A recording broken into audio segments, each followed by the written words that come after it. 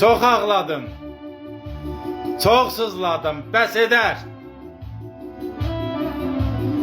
Ömrümü gör kimə heyf eylədim.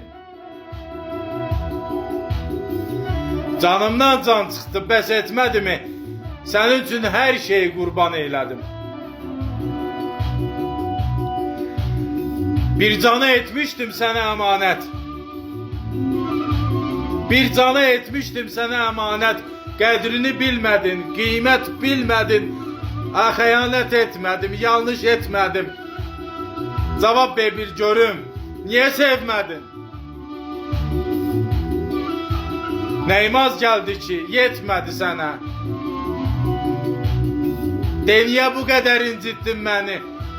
Allahım şahiddir, bu gündən sonra adını çəkmərəm, unutdum səni. Adını çəkmərəm, unutdum səni.